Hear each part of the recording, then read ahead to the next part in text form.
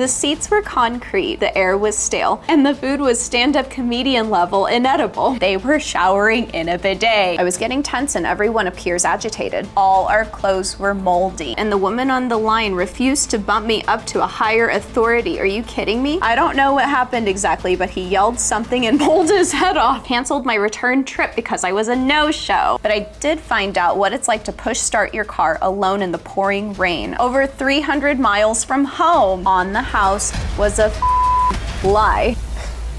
Oh my gosh. Hello and welcome to my channel, or if you've been here before, hello again and welcome back. My name is Natalie. I post a lot of content related to travel, aviation, personal and professional development, and welcome back to another edition of Travel Horror Stories. This is a series where people write into me about the crazy things that have happened during their travels, and I read them here on the air with you guys. I'll also leave instructions down below on how to submit your horror story, and it's so easy, you send me an email. I'll link the whole Travel Horror Stories playlist down below for you. We're at Travel Horror Stories number 3. So for now, until we start getting some submissions into my inbox, we're gonna be reading off of Reddit. I'm gonna pretend like they're writing into me and we're gonna say, "Dear Natalie, this is what happened during my crazy travel experience." At this time posting of this video, we have reached 25 subscribers and I'm so excited. Thank you so much for your continuous support. If any of these things interest you, be sure to like this video, subscribe to my channel, and hit the notification bell so that you are notified every single time I upload a new video. And without further ado, let's get into some stories. This first story says, "Hi Natalie, I had a family flight from Florida to South Africa. Very expensive and very time sensitive for reservations. It was my family's once in a lifetime trip to visit the homeland where I was born." And then we've got some bullet points here. 1, flight was delayed 3 hours from the Orlando airport due to heavy rain and we missed our connecting flight. We sat on the runway the whole time. As we were sitting on the runway forever, we literally watched the baggage crew dropping everyone's luggage into 3 inches of sitting water on the tarmac from heavy rain. Ew, no. You would not believe some of these baggage crew people. Like, I swear, sometimes I'll look out whenever I'm on like the regional jets. You can like see whenever they're loading your heavier carry-on luggage when you can't put it in the overhead bins. And I've literally seen them like just flail my mobile office into the cargo. 2, not only did we lose a whole day due to the delay and cost of hotel, but our luggage did not make it to the connecting airport. 3, when we finally arrived in South Africa, our luggage was nowhere to be found. 4, we were staying 3 hours away from the airport in South Africa and had none of our own stuff. 5, our luggage was hand delivered to us 2 days after we arrived. Because of the heavy rain that they dumped all our luggage in, all our clothes were moldy. Ew, no. We were each comped $50 to buy replacement clothing. Okay, it was Delta in 2009. Oh. Bless. Oh my gosh. $50 probably doesn't even compare to like everything that was in your luggage that ended up getting so damaged by the mold. It literally should have been more than $50 in my opinion. Maybe it was worth $50, but I mean $50 is like what? A shirt? Like I'm willing to bet you it was more than $50 worth. I'm so sorry that happened to you. And I know how that can be. It takes forever to get mold out. Like, bottom line, I've known this from the time when I was escaping the hurricanes in Lake Charles, Louisiana. That's another story for another time, but there was mold in my apartment after I got back from evacuating. It takes forever to get the mold smell out of like just everything. I feel like it was in my clothes and my car. It was just everywhere. So I know exactly what you're talking about. Like $50 does not cover it. Sorry, I'm projecting like my own frustrations that I've personally had like with my clothes. I'm so sorry this happened to you. I literally understand your frustrations so much. And I'm so big on clothes and taking care of my clothes as well. This is why I wish I could take everything into a carry-on, because this way everything is with you. You don't have to worry about something like this happening. More times than not, I will take a checked bag just because of like the types of clothes that I'm bringing, and this is always my worst nightmare. I'm so sorry that this happened to you. I would just be livid and I would definitely try to fight them on it and try to get some more money back. And I do hope you were able to at least replace some of your clothes or maybe get some of the smell out. That's just such an unfortunate situation. Like, I'm so sorry that that happened. Okay, this next story says, "Dear Natalie, took about an 8-hour road trip to Arizona to see my sister. Car started having some troubles as I hit the outer Phoenix area, babied it in, and worked on it during some free time, and I thought I was home free. It was a bit of a beater car I had owned for years, so I knew all its quirks, and the problem was something I had encountered before, so it was a simple fix. Got about 15 minutes into the drive back when it starts pouring down. Desert storms are no joke. Oh well, a little rain never killed anybody. I'll drive slow and I'll make it out of this in no time. Water starts coming out from the dashboard. That's new. No idiot lights on the dash, so I just stuck a rag on the leak and powered on. Hit a lull in the storm and stopped at a rest stop to take a leak and stretch my legs. Got back in my car right as it started coming down hard again, and starter is dead. Stop. Over 300 miles from home. I never did find out what killed the starter. My guess is something in the relay under the dash got wet, but I did find out what it's like to push start your car alone in the pouring rain. I drove home angrier than I've ever been and sold the car almost immediately after. I don't blame you. I'm so sorry. And this is just a testament to how important it is to make sure that your car is safe for long distance travel. Like, we all have experienced it when we are just like stranded on the road somewhere, or something in the car has a history of not working right. We kind of put off fixing it, but you have to be really careful with those cars like that, because when it comes to like driving long distance and when you actually need it to perform well for like wherever you're going, you have to make sure that it's not gonna leave you somewhere, basically. I'm so sorry that happened to you, and I'm so sorry that you had to be alone for that. I mean, that just makes it even worse, but I hope you got a new car, one that's more reliable and a little bit better for long distance, just as long as the car performs well. And then someone else commented, I think everyone has to own a box, like an old Miata or Civic, at least once in their life. It builds character and leaves you with a boatload of stories to tell. Oh, yeah, there's always that. There's always a boatload of stories to tell. I love a positive outlook on an otherwise adventurous situation. And that's the other thing too. The amount that you end up paying in repairs for a car that kind of has its own quirks or problems, chances are you're not gonna have to end up paying in the long run quite as much if you just get a reliable car that isn't going to leave you in the middle of the road. At least you have this story to tell. I'm so sorry that you had to go about this alone, and I hope you have a more reliable vehicle these days. This next story says, Dear Natalie, these aren't my stories, but an old friend of mine has got to be the unluckiest traveler. Story 1, she flew into Poland. I forget which city. I was planning to take a bus from the airport to, where's my phone? Krakow. Krakow. I always have to Google how to say these things. I don't want to say anything wrong. She flew into Poland, I forget which city, and was planning to take a bus from the airport to Krakow, which she was told would be a trip of a few hours. She got off the plane and asked the information desk about the bus to Krakow. They told her where to find it, and she went on her way. She got on her bus and took a seat. The bus is starting to fill up. A few people are looking at her weird. She's thinking, shit, is this like when I wore the neon pink t-shirt in Germany and literally every other person I saw wearing black or gray and I looked like a freak tourist? Eventually the bus fills up, the doors close, and they're on their way. That's right about the point that she realized everyone else on the bus seemed to know each other. She was on a school trip of Dutch students visiting Krakow. The bus was already moving. They were really cool about it, but she was mortified. But hey, free bus trip. She hitched a ride with the school bus.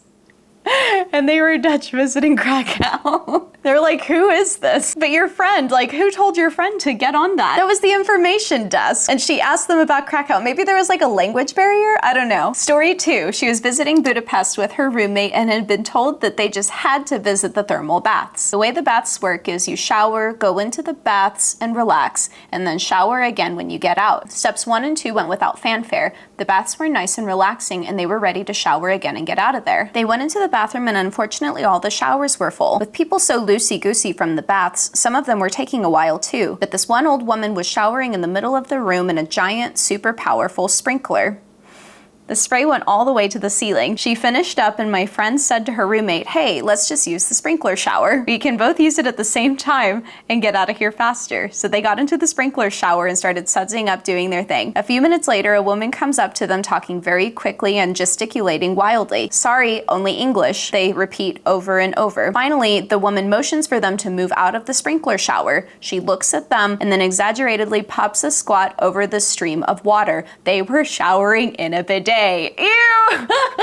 Oh my gosh, I was wondering. I would have been so embarrassed. But if I would have seen somebody else like showering and it seemed to be okay, like I would figure that, hey, yeah, it's fine. Like if I need to like shower really quick and then I see someone else doing it, it would totally make sense. Like why one would think that that's totally okay. So no, I don't blame your friend for that. Like they were using context clues and they did their best with the information that they had at the time. So now they know if they're ever gonna go and do that again, they just need to only shower from areas that are actually dedicated showers. And also research the place too, probably. I mean, it was probably like a last minute thing that they probably just decided to do on a whim. So I could see where maybe there was like a limited amount of time where they weren't able to like read up on it and they were just going off of recommendations from other people. But yeah, now we know if we're ever gonna go to do like a thermal bath kind of an activity, maybe stay away from the areas that have water spouting from the ground. I just now realized I'm not leaving enough room for the text next to me, so sorry about that. That's better. This next story says, Dear Natalie, American Airlines changed my ticket due to delays in New York City. They did not tell British or Turkish Airways. Oh no. So when I called to confirm my return ticket 2 days before I'm set to fly out of Nairobi, I find that both British Airways and Turkish Airlines canceled my return trip because I was a no-show. No! Turkish Airlines in Nairobi told me that the only thing I had to do to get my whole flight reinstated was to have American Airlines put in a code that said they diverted my flight and that they would auto-update all the way through the system. American Airlines refused to do that, and the woman on the line refused to bump me up to a higher authority. Are you kidding me? After being on the phone in and out of the Turkish Airlines office for 2 days straight, they finally gave me a waiver on their end. It was such a hassle. I would have to call American Airlines when they were open on the East Coast time, and then I'd have to do the Turkish office when they were open during their work hours. Oh my gosh, that's the worst. I wish they did it sooner. It would have saved me a lot of stress, but considering all that, I love Turkish Airlines and I hate American Airlines. It was going to cost my wife and I $5,000 a person to buy the same tickets we had. I seriously felt like I was drowning. Oh my gosh, I'm so sorry. No, I know exactly how that can be. When you have a connection going from one airline to another, perhaps maybe this was booked on like a third-party service like Expedia or perhaps like Kayak, because Turkish Airlines is part of the Star Alliance network. American Airlines, British Airways are part of the One World network. I could see where maybe there was maybe some kind of miscommunication, but that still shouldn't have happened. And something very similar happened with me when I flew American one time overseas, and it ended up being a whole thing. And it was also a miscommunication between American Airlines and British Airways. It was very similar. So another story for another time, but definitely this isn't the first time that I've heard something like this really from personal experience. So I'm so sorry that that happened. I'm really glad that you guys were at least able to get it resolved and that Turkish Airlines was cooperative. This next story says, Hi Natalie, went on a trip to California my senior year in high school. We went on Rodeo Drive to see the Walk of Fame and street performers. I watched all kinds of street performers and people dressed as various fictional characters. Some were cool, others were kind of shoddy, but none compared to Barney the dinosaur. Oh, or as I called him, Barney the sleazosaur. No, oh my gosh. Okay, I loved Barney when I was a baby. Like, I was obsessed with Barney. If I can get my mom to like pull up some old pictures of me and Barney or something, like I'll put them somewhere here, but like I loved Barney so much. I really hope this doesn't ruin Barney for me. His costume was made out of purple carpet. Not even joking. Okay, they were on a budget. You could see where it had been stapled together and see that the plastic hairy looking stuff was sticking out. Probably came out of a hippie van or something. Anyway, a friend of mine got called a broke Mexican by this Barney because he wouldn't give him $5 for a picture and then snapped a picture of him with his camera. No! That's rude. That is not the true character of Barney. I will say that. 10 seconds later, a little girl that couldn't be over the age of 6 came running up to Barney while he and my friend were still yelling trash talk over a short distance as we left and hugged his leg. I don't know what happened exactly, but he yelled something and pulled his head off. The little girl proceeded to cry. Oh no. And not just in a sniffly, tearful way, she bawled. Oh, I'm sorry. Like, it's not funny. It's not funny. Like, that poor girl, she probably like is scarred for life. Like, I'm picturing someone who loved Barney as much as I did, and I would totally be that little girl. I would have just ran up to Barney. Although I feel like if he was made out of like purple carpet and it was like stapled together, I feel like I would have been able to tell the difference, but I digress. But it's so funny to me when like people in like a costume like get out of character. Thankfully, this does not ruin Barney for me, but it is really funny. Oh.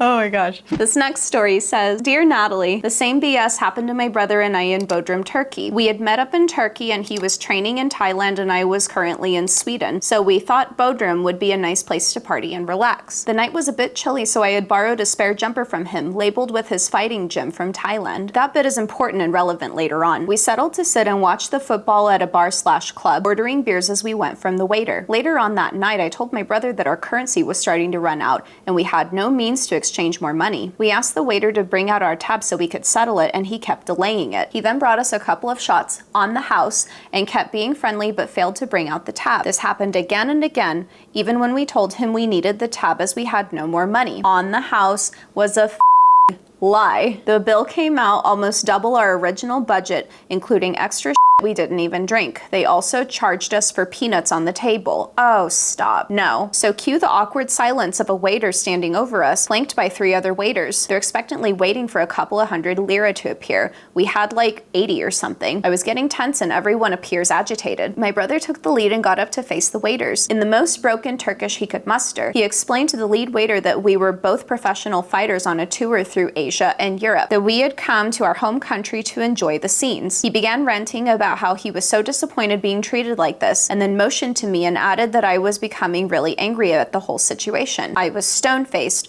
mainly because I was shocked and confused. One by one, each waiter started to back off, and a nearby bouncer who had floated and basically noped right back out. The waiter agreed to just take the 80 lira and apologize for the confusion on the bill. We were made a slow escape around the corner and then basically legged the hell out of there. Don't go to Bodrum. Okay, cool. I thought you were gonna say that each one of them started to like challenge you guys to a fight because you had like the fighting club thing like on your jumper. I'm glad that that was able to like get you guys out of the situation. I've never had someone outright try to be corrupt in an environment like that, but that's totally wrong of them to take advantage of the situation. You guys had told them many times like, no, we're looking to like we just need the tab and we need to get out of here. So yeah, I suppose if you're traveling, like if you're low on funds and they know it, just to be cautious, maybe don't accept free things. If you're not sure about a place, just be careful and be wary of free things, because chances are, much like this situation and much like your story, it might not always be free. This next story reads, Hi Natalie, I flew with China Eastern Air to visit family in Hong Kong. The businessman seated in the aisle was a rude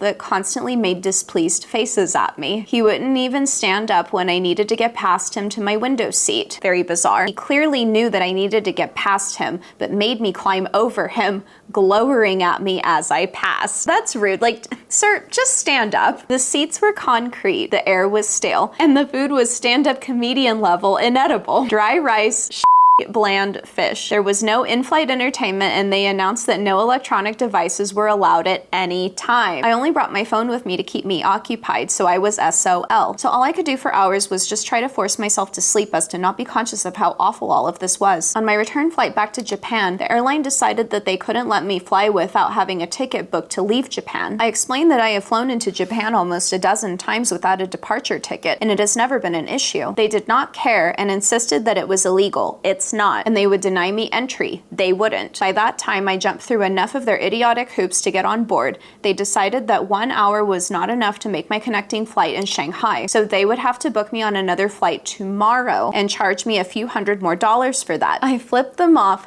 went down the hall to Cathay Pacific. I gave them money, they gave me comfortable seats, pleasant crew, good food, in-flight entertainment, and no bull.